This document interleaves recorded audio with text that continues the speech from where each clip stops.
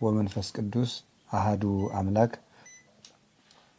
ቅድመ ዓለም የነበረ ይህንን ዓለም በካህሊነቱ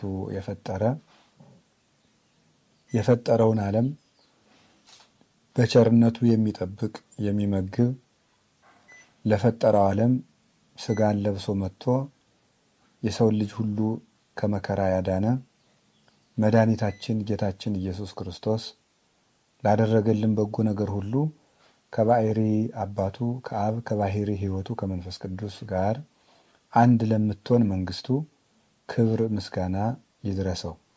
የእናታችን የቅድስት ድንግል ማርያም የቅዱስ መስቀሉ የቅዱሳን መላእክት የቅዱሳን ነቢያት የቅዱሳን ሐዋርያት የቅዱሳን ሰማዕታት ጻድቃን ረድኤታቸው በረከታቸው አማላጅነታቸው ሁሉ በሁላችን ጸንቶ ይኑር።